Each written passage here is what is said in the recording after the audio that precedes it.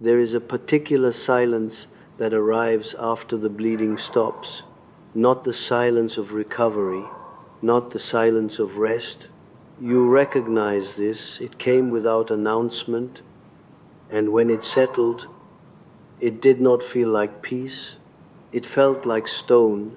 Something in you has closed, not slammed, not locked in anger or grief, though grief may have come before, closed the way a wound closes from the inside, working outward, without asking permission from anyone who once had access to the wound. You did not decide this. That is the first thing I want to name clearly. The self does not decide to stop bleeding. It completes a process the ego was too exhausted to notice was already underway. By the time you became aware of the silence, it had already been weeks in the making, months. Perhaps it moved beneath your ordinary consciousness the way underground water moves, not visible, not announced, reshaping the stone through which it flows. What has taken over is not happiness. It is not healing in the way that word is used in ordinary speech. What has taken over is a kind of gravity. You have become heavier, more real, less available to be moved by the emotional weather of other people's lives, and this, to those around you, reads as something deeply wrong. They will say you have changed. They will say it with concern on their face and accusation underneath. What they mean is you have stopped being useful in the way you used to be useful. What they mean is the door they always opened is no longer opening. What they mean, though they would never say it, is that the silence you now carry disturbs them in a way they cannot name, and that disturbance is being interpreted as your failure. It is not your failure.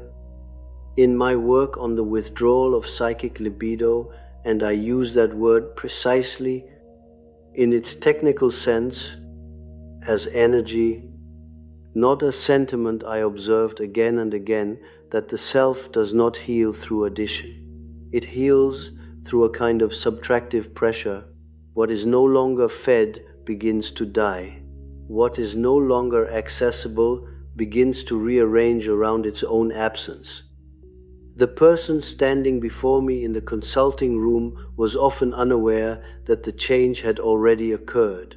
They came to me describing a problem, a flatness, a distance, a strange indifference where anxiety had once lived, and what they were describing, without knowing it, was not a symptom of illness. It was the first quiet fact of integration, the empath's particular form of suffering, and I call it suffering without condescension, because it is suffering. Profound and structural, is not a character defect. It is the result of a psychic organization built around the continuous monitoring of others' emotional states. I have written elsewhere of how the persona can become so finely tuned to the external world that it loses contact with the interior one. The woman who bleeds for everyone around her is not bleeding from love. She is bleeding from a long-standing failure of contact between her ego and the deeper layers of the self. She has been trained by family, by early wound, by cultural inheritance to interpret her own psychological survival as inseparable from the approval and emotional stability of those around her. To feel another person's distress is, for her, a command, not a choice, a command issued from somewhere older than thought. This is not weakness. I want to say that again, because the accusation of weakness comes from every direction, including from within. This is the structural consequence of a psyche that was organized very early, around the imperative of emotional service. And like all structures, it carries a compensating force in the unconscious. What the conscious attitude excludes, the unconscious holds.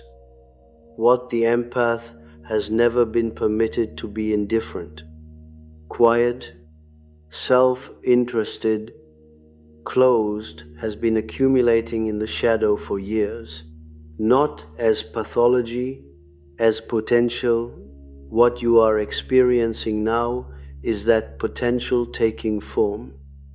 The well is a useful image here, and I want to stay with it because images carry more precision than concepts in these matters.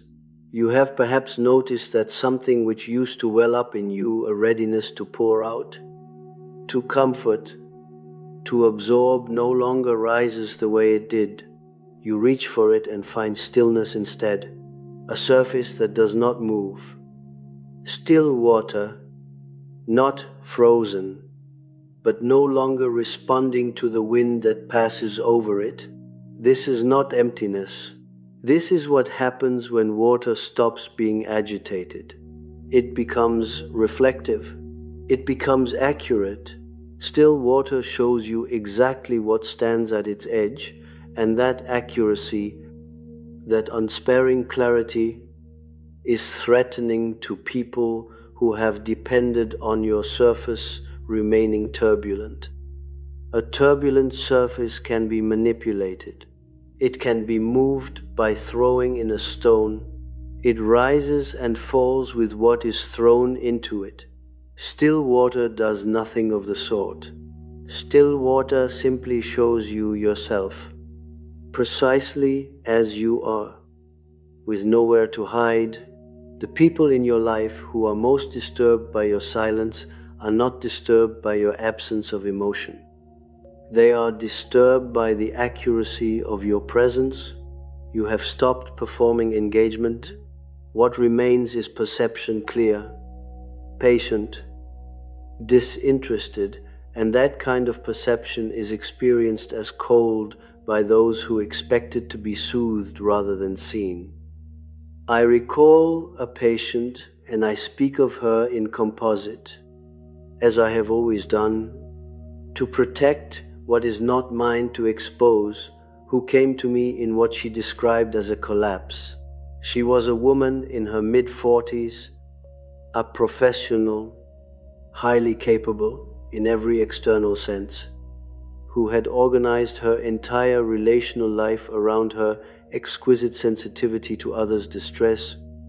She had never, in 30 years of adult life, allowed herself to sit in a room with another person's discomfort without moving toward it. Moving toward it was her reflex before it was her intention. She did not decide to help. She simply found herself helping, already mid-motion, before the thought had fully formed. She came to me, she said, because she had stopped 3 months prior to our first meeting.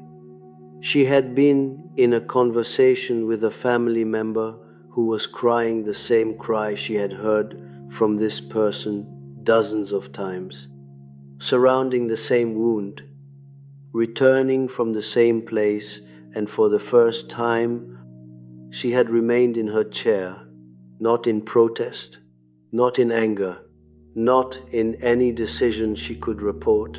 She had simply remained, and the cry had continued, and she had listened, and when it ended, something in her had not moved to repair it. She was frightened by this. She told me she thought she had broken something inside herself, that the capacity for care had finally, after years of overuse, worn through, that she was now the cold person she had always feared becoming, the person she had measured herself against as a child, the one who did not come when you needed them. I told her what I will tell you now. What broke was not your care. What broke was the compulsion that had been wearing your care's clothing for years. What broke was the reflex that moved before you moved, that answered before you answered, that organized your entire self-presentation around the management of other people's emotional states. What broke was the structure that had been built on top of the self, not from it. And when a structure built on top of the self collapses, the self beneath it does not collapse. It is, for the first time in a very long time, simply there. The silence that has taken over is the self, simply there. This is not a comfortable thing to hear, because what is simply there has never had to justify itself. And the empath's entire psychology has been organized around the continuous production of justification, not just to others, to herself. The internal monologue of the bleeding empath is a constant trial in which she is both the defendant and the judge, and the charge is always the same: not enough. Not enough care given, not enough pain absorbed, not enough of herself poured out in service of keeping the emotional environment of others stable. That trial has gone quiet, not because the verdict has been reached, not because innocence has finally been declared. The trial has gone quiet because the court itself has dissolved. The entire frame that made the accusation coherent, the frame that said your value is measured by your emotional accessibility, has lost its authority. You did not argue it out of existence. You did not debate your way to freedom. You simply one day noticed that the accusation arrived, and you felt nothing in response to it, not defiance, not resolution, nothing.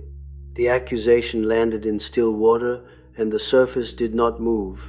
That stillness is not indifference. It is the beginning of what I have called, in the clinical sense, the withdrawal of participation mystique, the unreflective merger with the emotional field of those around you. The empath has lived in that merger so long that she has often confused it with love, with sensitivity, with spiritual depth, and there is something in those qualities. She is not wrong to recognize the connection, but the merger itself is not love. The merger is a dissolution of boundary that leaves no room for a self to actually be present in the encounter. You cannot truly love someone you have dissolved into.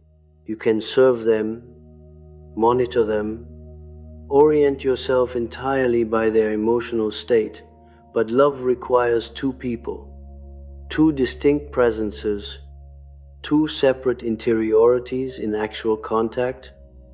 The bleeding was not contact, it was substitution. What has taken over in the silence is the beginning of actual presence. 1007 a.m. There is a dream I want to bring forward here, because it arrives in the consulting room with a frequency that I have come to recognize as structurally significant. It is not always the same dream. The details shift the setting, the figures, the quality of light, but the essential geometry repeats, and it is this: a woman standing at the bottom of a well, looking upward, light entering from above, real light, clear and available. And she does not climb. In the dream, she is not trapped. This is the crucial element, and it is the one my patients most often overlook in their first telling. They describe the dream as a dream of captivity, of being stuck, of being unable to rise toward what is offered. But when I ask them carefully, without leading, whether there is a lock on the well, whether there are walls too smooth to climb, whether some force holds them at the bottom, they pause, and then they say no. There is no lock. The walls have handholds. Nothing is preventing the ascent. She is simply standing at the bottom, looking up and not climbing. And when I ask what she feels in the dream, the answer is almost always the same word: quiet. Not despair, not resignation, quiet. This dream belongs to the period after the bleeding stops. It is not a dream of defeat. It is a dream of the self discovering that it can exist at the bottom of the well without immediately organizing itself around the ascent. That it can be in a deep, enclosed, still place and simply be there without the urgency to perform recovery, to demonstrate healing, to rise visibly for the people standing at the well's edge, looking down. The people at the edge are always there in these dreams, though my patients do not always mention them immediately. They are present as a kind of atmospheric pressure, faces sometimes just the awareness of being observed from above, and the light that enters the well is connected to them in a complicated way. It is real light. It is genuinely available. But it is also the light by which she would be seen climbing, and something in her has become unwilling to organize her movement around being seen. This is the shadow sobriety that emerges after compulsive giving exhausts itself. I want to be precise about what I mean by shadow sobriety, because the word shadow is used so loosely now that it has nearly lost its clinical force. In my work, the shadow is not simply the dark side of the personality, not the collection of flaws and repressions that the conscious mind finds uncomfortable. The shadow is more specific and more structural than that. It is the totality of what the ego has refused to integrate, not because it is bad, but because it conflicts with the dominant attitude that the ego has organized its survival around. For the empath, the shadow is not primarily rage. Though rage is often there, the shadow is self-interest, indifference, the capacity to allow another person's distress to exist without moving toward it, the capacity to remain seated, the capacity to witness pain without absorbing it, without translating it into action, without making it your responsibility to repair. These qualities have been in the shadow not because the empath is incapable of them, she is fully capable, as the stillness now demonstrates, but because her survival, very early in her life, depended on their suppression. A child who learned that the emotional environment became safer when she was responsive, porous, perpetually available. That child did not choose to suppress self-interest. She learned, at a level below choice, that her own interiority was a luxury the situation could not afford. The shadow sobriety that takes over after the bleeding stops is the return of what was suppressed, not through pathology, but through necessity. It does not arrive as triumph. It does not arrive as healing. It arrives as a kind of sober, factual recognition. I am a person who exists independently of other people's need for me to exist in a particular way. This recognition does not feel liberating in the ordinary sense. It feels heavy. It feels strange. It feels, to those around her, like a withdrawal of something they had come to depend upon, as though it were weather, as though it were gravity, as though her availability were a feature of the landscape rather than an act she had been performing. Continuously, For decades, what collapses first is not the relationship. What collapses first is the role. The role the empath has occupied, the one who senses, absorbs, translates, repairs, is not simply a function she performed in her relationships. It was the entire basis on which she was legible to the people around her. They did not know her outside the role. They knew the role and concluded, from long habit, that it was her. When the role becomes unavailable, not because she has announced its removal, not because she has made a demand or issued an ultimatum, but simply because the psychic energy that once fed it has been withdrawn, the people who knew only the role find themselves in a strange predicament. They are standing at the door of someone they believe they know, and the door is not responding the way it used to respond. I do not mean this metaphorically. The behavioral change is often quite small. Externally, she is still present, she still speaks. She may still perform the surface gestures of care, the question asked, the attention given, the presence offered, but something underneath has stopped. The particular porousness that allowed other people's emotional states to pass directly into her body and reorganize her behavior from the inside, that has closed, and its closure is perceived by those who depended on it with an accuracy that is almost uncanny. They cannot name what has changed.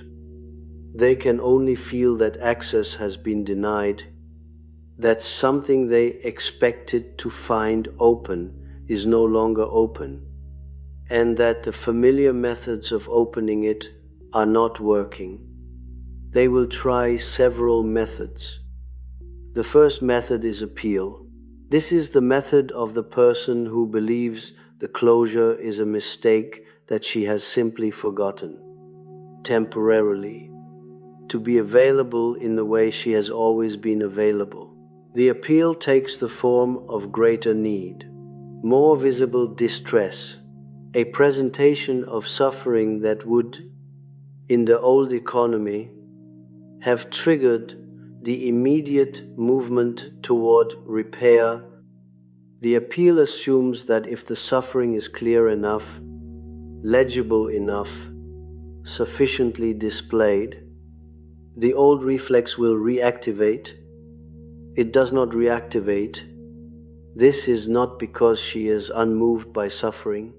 It is because she has, for the first time, developed the capacity to distinguish between suffering that calls for her presence and suffering that is calling for her compliance. These are not the same thing. Suffering that calls for presence is suffering that wants to be witnessed, that needs a stable, clear, non-reactive consciousness to remain nearby without flinching. Suffering that calls for compliance is suffering that needs her to reorganize herself around it, to make it her emergency, to confirm through her response that the other person's emotional state has authority over her internal world. She can no longer be organized by the second kind. This is the collapse of emotional access, and it is experienced by those on the outside as a form of coldness. But coldness is not the correct word. Coldness implies an absence of perception. What is operating now is the opposite of absence.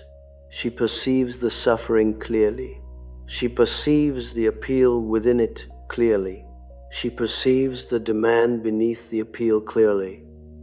And she remains in her body, in her chair, in her quiet, unmoved, not from indifference, but from a new structural reality. The architecture of compulsion that used to translate perception directly into rescue has been dismantled. perception remains, compulsion does not. The second method they try is confusion. When appeal fails, the person who has lost access often shifts into a kind of destabilization attempt, not always consciously, not always with malice, but structurally predictable. The message shifts from "I am suffering" to "I do not recognize you." The framing shifts from "please help me" to "what has happened to you."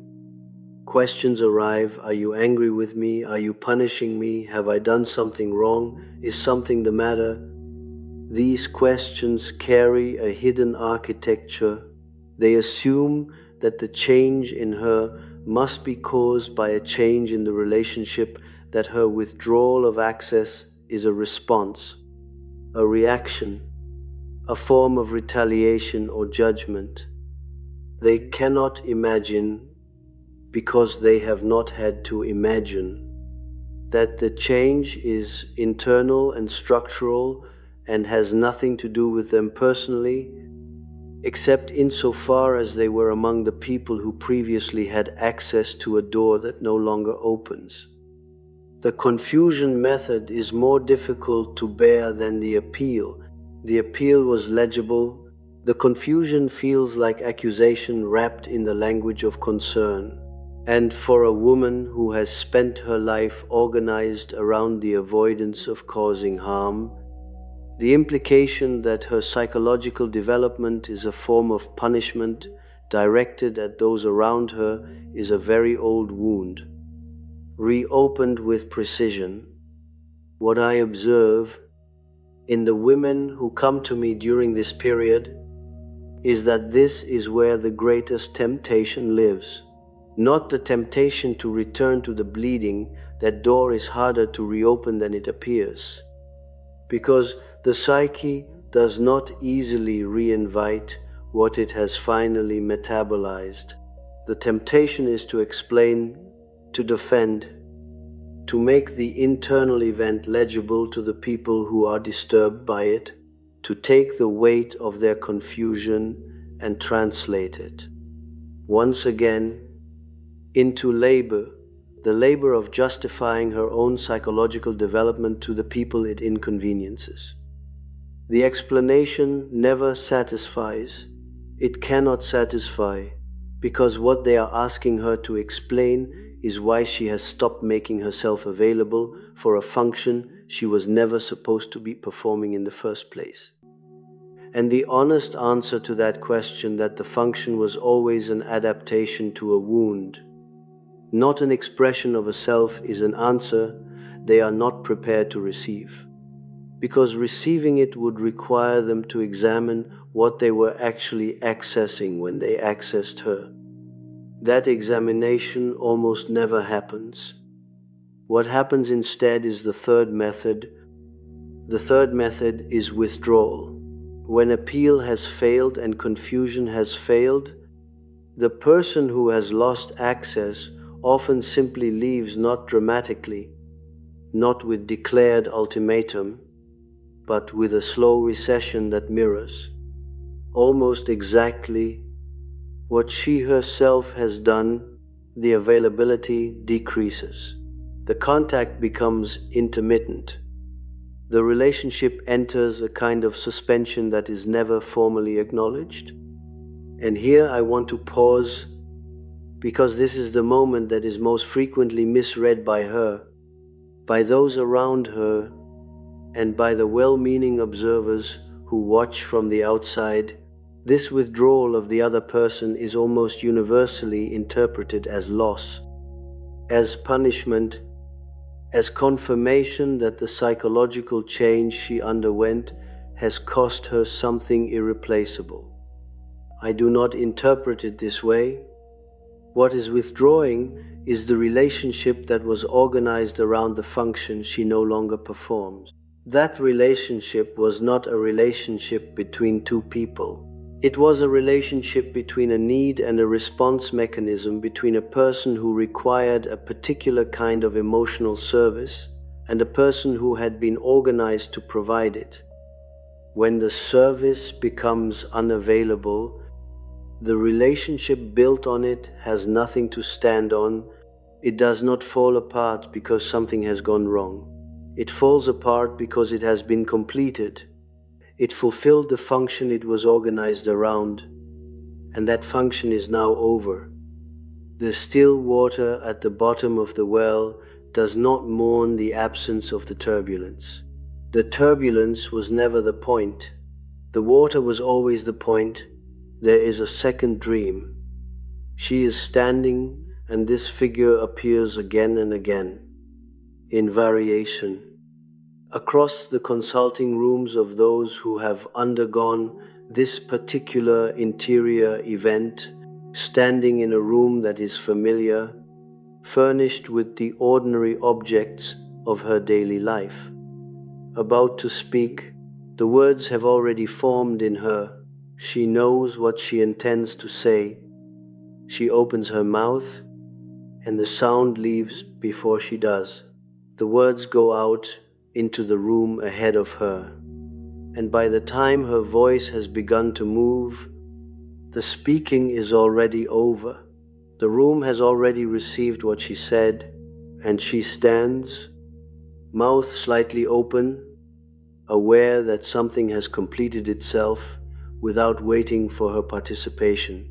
She wakes from this dream unsettled, but not frightened. When I ask her what the dream felt like from the inside, not what it means, not what she thinks about it, but how it felt in the body as it was happening, she says something. I have heard in very similar form from many women at this stage of the individuation process. She says it felt like relief, not the relief of having communicated, the relief of discovering that something in her had already known what needed to be said and had said it without requiring her to perform the saying. This dream belongs to the phenomenon I want to address in this movement of the lecture, because it points to something that is easy to misunderstand about the silence that has taken over. The silence is not the absence of inner speech. The interior is not quieter than it was.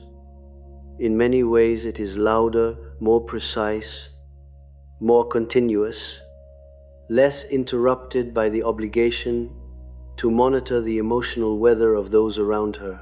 What has gone quiet is the performed layer, the translation apparatus that used to take her interior experience and render it legible, palatable, and emotionally useful to others before it was ever fully her own.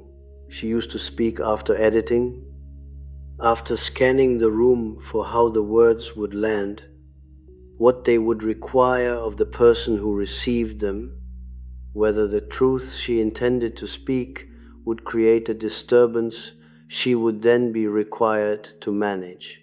By the time she finished this internal audit, the words that emerged were often barely related to what had begun as thought. They were words shaped primarily by the anticipated response, which is to say they were words shaped primarily by other people's interiority rather than her own. What the dream shows is that something in her has stopped waiting for the audit to complete, has stopped routing the interior through the management apparatus before releasing it into the world. The speaking happens at the level of the self before the ego has had time to perform its habitual distortion. This is not loss of control. This is the first contact with what she actually thinks. In my work on the relations between the ego and the unconscious, I observed that the persona, the face we present to the world, the adaptive surface of the psyche, when it becomes overdeveloped, begins to function as a kind of wall between the ego and the deeper layers of the self. The person lives on the surface. She interacts with the world from the surface, and the surface is so well constructed, so responsive, so perfectly calibrated to the expectations of those around her, that it becomes invisible even to her. She does not experience it as a mask. She experiences it as herself. The empath's persona is built almost entirely from attunement. Its primary function is not self-presentation but other reception. It does not project a self outward, so much as it opens a channel inward, a channel through which the emotional states of others flow continuously, influencing her body, her behavior, her sense of what is happening in any given moment. She has, in essence, built her surface out of other people's interiors. When the bleeding stops, this persona does not collapse dramatically. It does not fall away in a single event.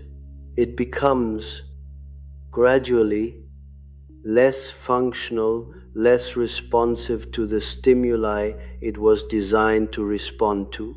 It is as though the instrument has been tuned for a frequency that is no longer being broadcast. And so it sits, still formally intact, but no longer receiving, no longer translating, no longer organizing her behavior from the outside in.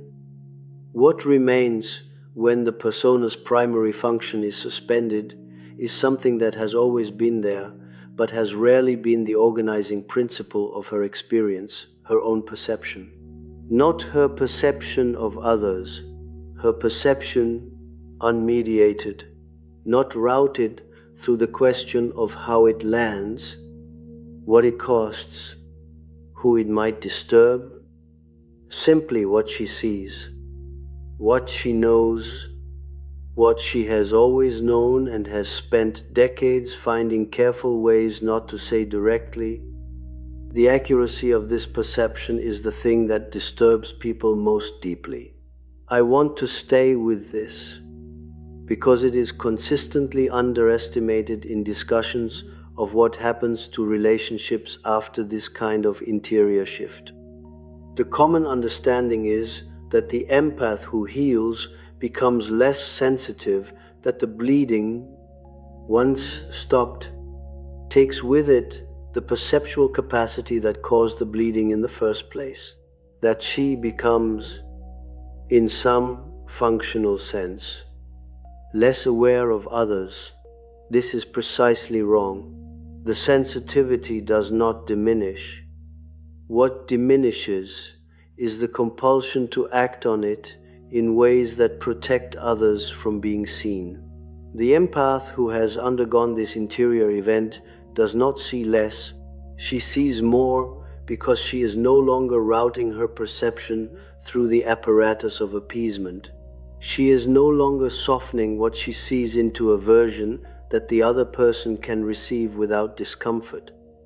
She is no longer organizing her observations around the question of what it will cost the relationship to speak them. She simply sees, and she sees, among other things, the structures that have always been present in her relationships, the ways in which her accessibility was not valued but consumed, the ways in which the intimacy she offered was received as service rather than contact, the ways in which the people closest to her have organized their own emotional lives around the assumption of her infinite availability. She sees this not with bitterness. Though bitterness may have passed through earlier, she sees it with the particular clarity of still water. It is simply there. It is simply true, and it requires no particular response from her. This is what I mean when I say that perception without compulsion is the central development of this stage. She has not become cold, she has become accurate, and accuracy, directed at a relational field that was organized around a particular kind of useful distortion, is experienced as devastation by those who depended on the distortion. The ancestral dimension of this is something I want to name. because it is almost always present and almost always unnamed in the woman herself.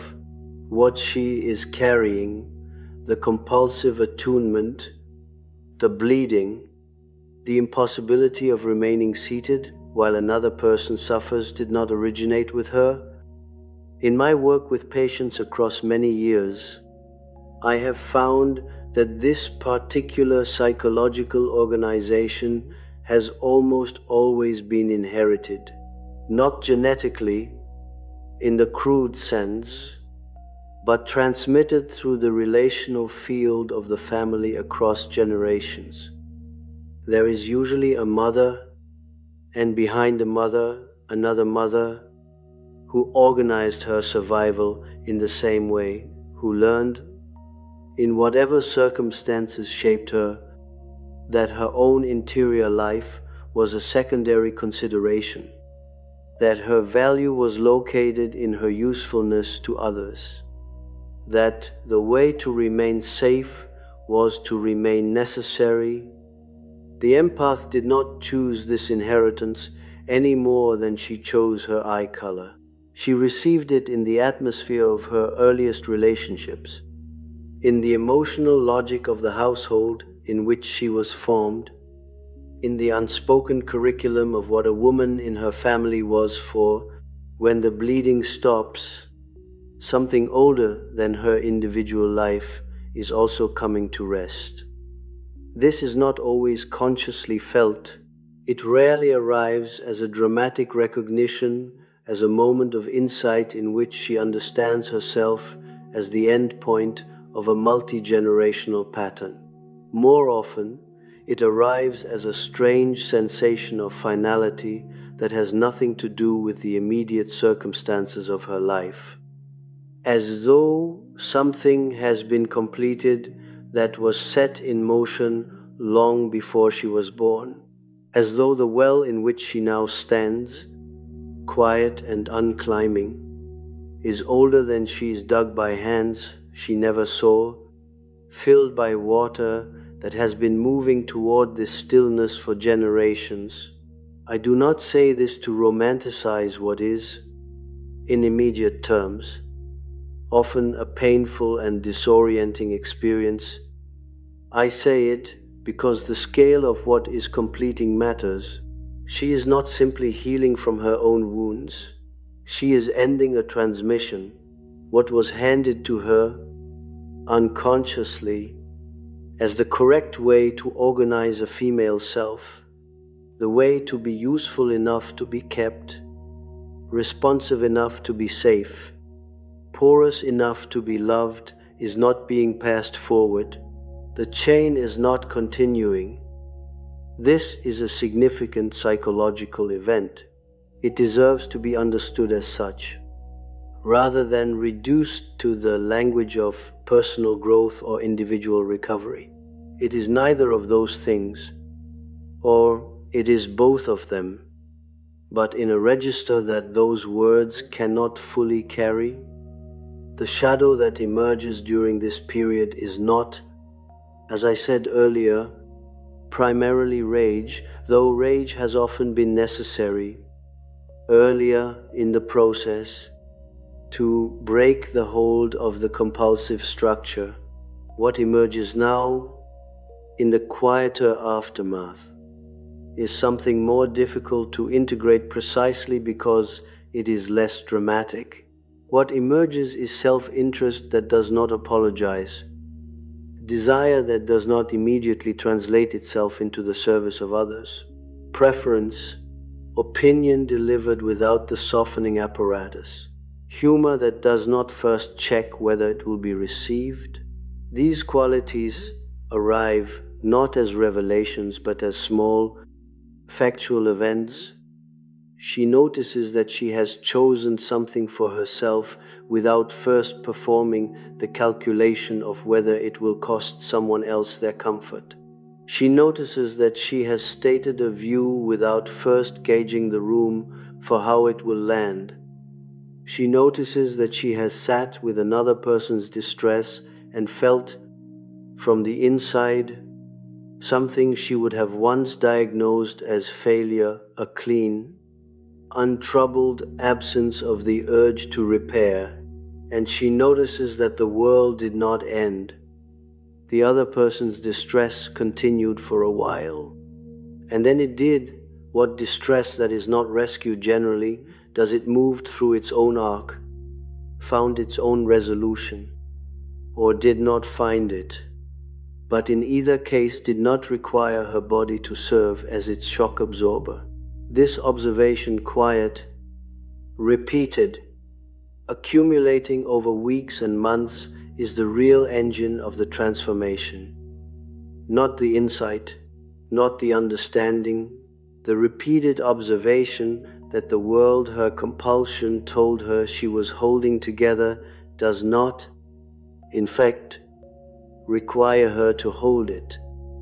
What reorganizes internally during this period is the relationship between the ego and what I have called the self, the larger organizing principle of the psyche that the ego is not identical to, though it has often confused itself with. The empath's ego has been organized for most of her adult life around a particular fiction that she is responsible for the emotional coherence of her relational world, that her sensitivity is a burden she carries on behalf of everyone around her, that if she were to stop, to truly stop, not as an act of protest, but as a simple fact, something essential in the fabric of those relationships would tear. The self knows otherwise. The self has always known otherwise. It is the ego, armored in obligation and inheritance, that has maintained the fiction, and now, as the ego begins to tire of a maintenance project it was never equipped to complete, the self begins to be heard in a different register, not as aspiration, not as future possibility, but as present fact, as the quiet at the bottom of the well, as the still water that shows you what is actually standing at its edge. The integration that is happening is not dramatic. It does not announce itself.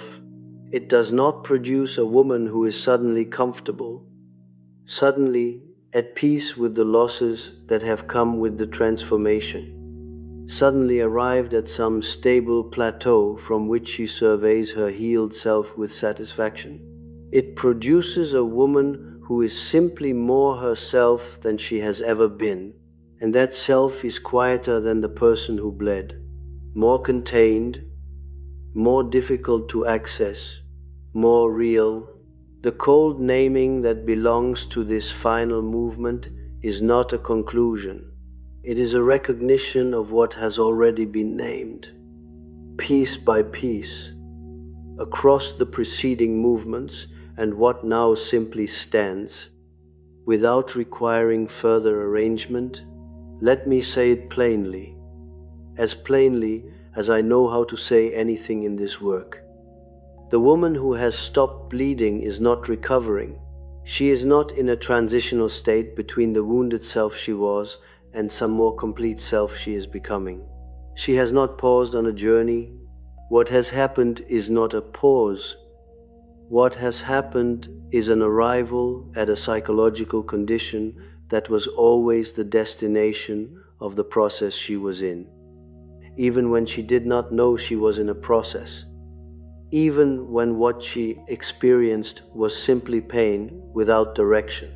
She has arrived at herself, not the self the wound required her to be, not the self the family transmission installed, not the self the relational economy of her adult life depended upon for its functioning, the self beneath all of those, older than the wound, older than the inheritance, prior to the long adaptation, simply there, the way the water at the bottom of the well is simply there.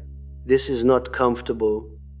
I want to be clear about that, because comfort is often the measure by which psychological progress is evaluated in ordinary speech. And by that measure, what I am describing would not qualify as progress at all. It is, in many respects, more difficult to inhabit this condition than it was to inhabit the bleeding. The bleeding had a social function. It produced responses, gratitude, dependency, intimacy of a kind, the continuous evidence of being needed. The stillness produces none of those things. The stillness produces only itself. What I observe in the women who have come through this passage and remained in contact with me over the years that follow is that the difficulty of the stillness is not the absence of pain, it is the absence of the familiar architecture of meaning that pain used to provide. The bleeding was suffering, but it was suffering that made sense within a framework. The framework of the woman who sacrifices, who carries, who holds others together at the cost of herself. This framework had a cultural lineage, a spiritual vocabulary, an entire symbolic inheritance that made the suffering legible and, in its way, honorable. The stillness has none of that. It does not fit the framework of the noble sufferer. It does not fit the framework of the healer or the helper or the one who holds. It does not even fit comfortably the framework of the recovered woman, because recovery implies a return to some prior wholeness. And what this is not a return, it is a first arrival. The frameworks that are available to describe what she is now are thin. The culture has not built with any solidity the vocabulary for a woman who has withdrawn from emotional service, not in anger, not in illness, not as a temporary boundary that will eventually soften, but as a permanent structural fact of who she now is. The language keeps reaching for temporary frames. She is going through something. She will come back to herself. She needs time. She is still healing. None of these are accurate. She is not going through something. She has come through something. She has come back not to herself as she was, but to herself as she is, which is a different person, inhabiting a different relationship to her own interiority, operating from a different center of gravity.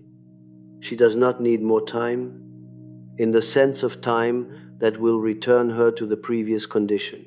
Time will deepen where she already is, not reverse it. The relational consequences of this permanence are what I want to address in this final movement, because they are the consequences that are most difficult to hold without collapsing back into the old framework. Some relationships will not survive it. I say this not as warning and not as reassurance. I say it as fact. The way a physician names the expected course of a condition that has run to its natural conclusion, the relationships that were organized entirely around her function, around what she provided, absorbed, managed, performed, have nothing left to organize around once the function is no longer being performed. This is not failure. This is accurate completion. The relationship did what it was built to do, and what it was built to do has ended. Other relationships will survive, but they will be different. The people who can remain are the people who are capable, with greater or lesser difficulty, of relating to a person rather than to a function. These people exist. They are not the majority in the relational field of the long-term empath, because the long-term empath has quite naturally and without any particular intention, assembled around herself a relational world that was drawn to her accessibility. Not all of those people are incapable of a different kind of contact.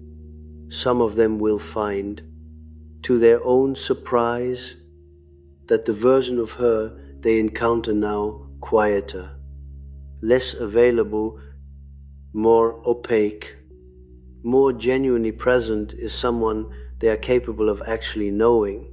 These relationships do not return to what they were.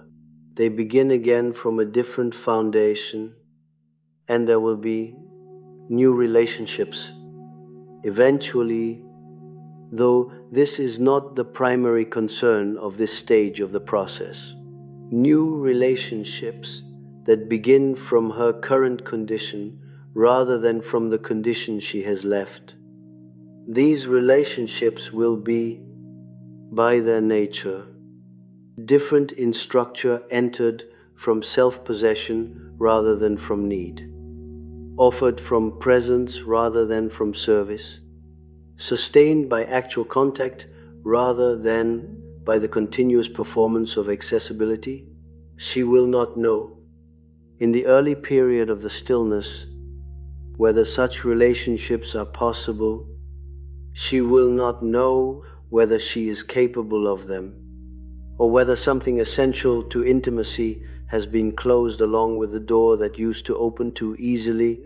This uncertainty is real and should not be dismissed, but it is not evidence of damage.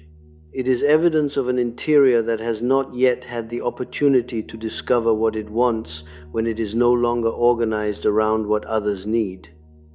The integration of anger belongs here, because anger is the element of the shadow that most directly enables what I have been describing. And yet it is the element most consistently misunderstood in this context. The anger that integrated during the earlier phases of this process, and there were earlier phases, before the stillness arrived, in which the anger was active and necessary, was not the anger of injury. Though injury was present, it was the anger of a self that had been systematically denied the right to take up space, and that had accumulated in the shadow the full weight of all the space it had been denied.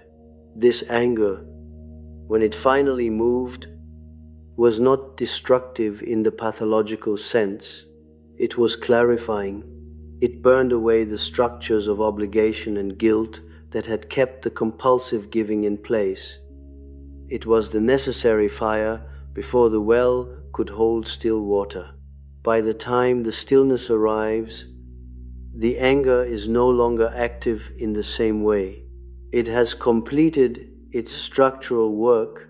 What remains is not its absence, but its integration, which means that it is now available as discernment rather than as affect. She does not feel angry in the acute sense.